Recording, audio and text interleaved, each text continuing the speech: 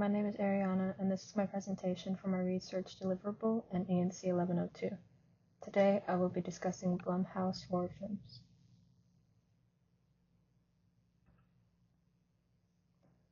While some people do not enjoy watching horror films and getting jump scared or made to feel uncomfortable, others enjoy horror films and may even be horror film fanatics.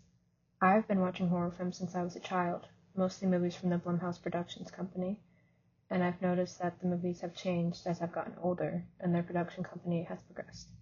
Therefore, my proposed inquiry aims to examine how these horror films have changed over time. My official research questions are how have horror films from Blumhouse Productions evolved over time?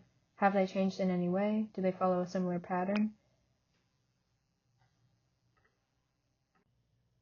This topic of inquiry isn't serious, but that doesn't mean it isn't necessary.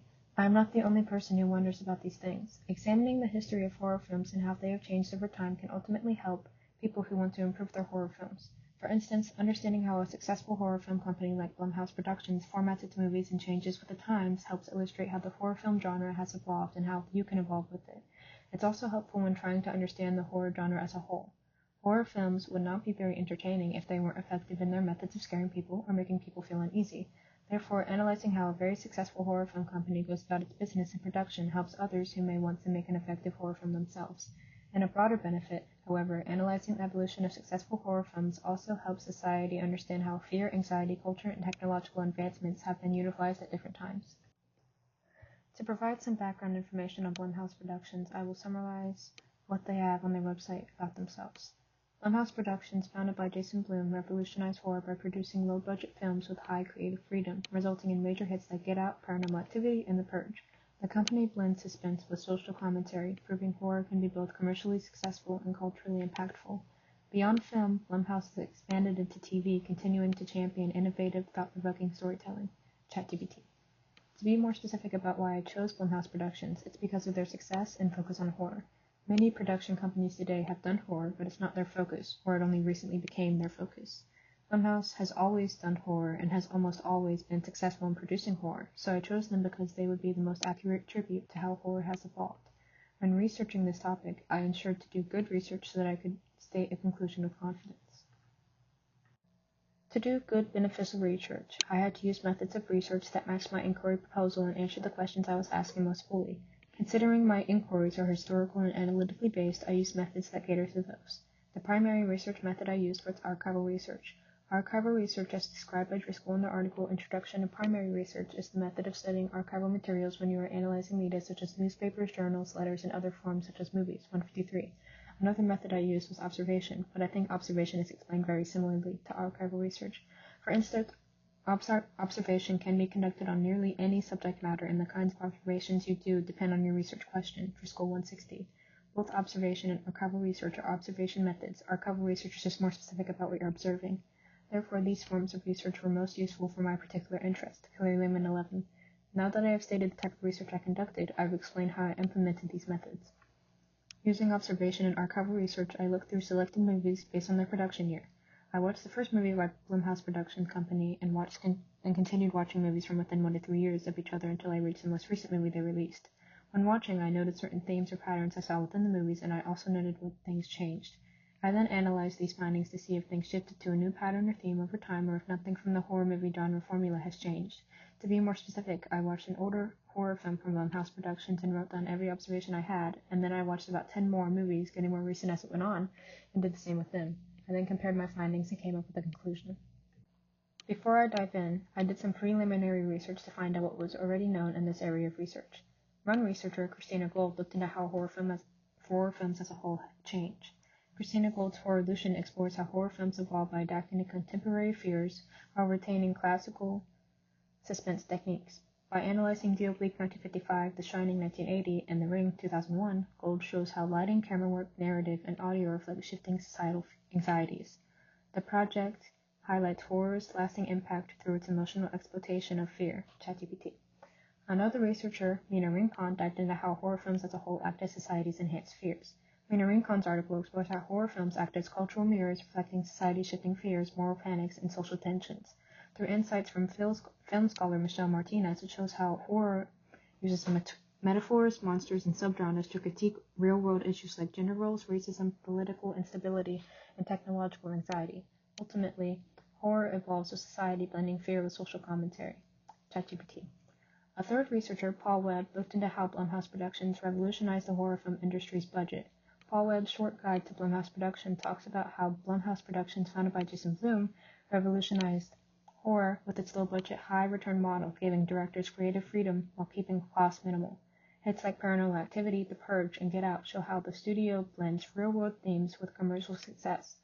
With its expansion into TV, streaming, and socially relevant storytelling, Blumhouse continues to redefine modern horror filmmaking. ChatGPT.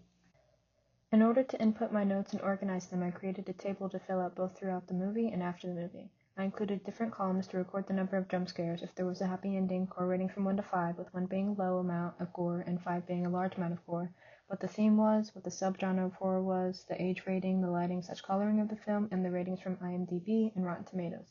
To start, I will analyze the information from each column in order of left to right, excluding the movie title itself. First is jump scares. Blumhouse always includes at least 1 jump scare in their movies, but they usually don't include a large amount of them. As you can see, most of the movies range from 3 to 5 jump scares, except for Insidious, which relied most heavily on jump scares, and The Visit. This tells me Blumhouse has not changed their jump scare formula much since the beginning with Paranormal Activity, which had 4 notable jump scares, to the most recent release with Megan, which had 5 notable jump scares. The second is whether or not the movies had a happy ending. Generally, the consensus was that they usually did have a happy ending, but that has changed a bit since the beginning of their production. As stated in this figure, with movies like Paranormal Activity, Insidious, and The Purge, the ending of the movies was not necessarily happy. However, these movies are also beginnings of their movies' respective franchises, with all 3 moving on to make more movies in the world of their original. Contrarily, movies that were not franchises ended on a more positive note, like The Visit and Get Out. However, from what I can tell, Blumhouse ends most movies with an opening that makes the ending less resolved to leave room for sequels. Third is the amount of gore. I rated this on a scale from 1 to 5, with 1 being the lowest amount of gore and 5 being the highest amount of gore. With these films, they stayed within a 1 to 3 rating, with the notable exception of Get Out, with the brain surgery scene, which I thought was disgusting, which was a score of 4. This tells me that this part of the formula hasn't changed much, but that they are capable and willing to be gorier, again, Get Out, that they might get more gross with their movies in the future. Fourth is the themes of the movies. There are similarities in a lot of them with supernatural horror. However, most recently, with Split, Get Out, and Megan, Blumhouse has sort of moved away from traditional possession or use of ghosts as the main theme and has started producing more psychologically based horror that's more relevant to the current time. They do this by targeting things like racism, technological reliance, and the complexity of the mind. Another thing to note, but that has not changed, is the theme of fear of the unknown, showing up in almost every movie in this list. Blumhouse seems to love using the fear of unease that people feel from not knowing what's going on or what's to come. Fifth is the subgenres of horror that the movies contain.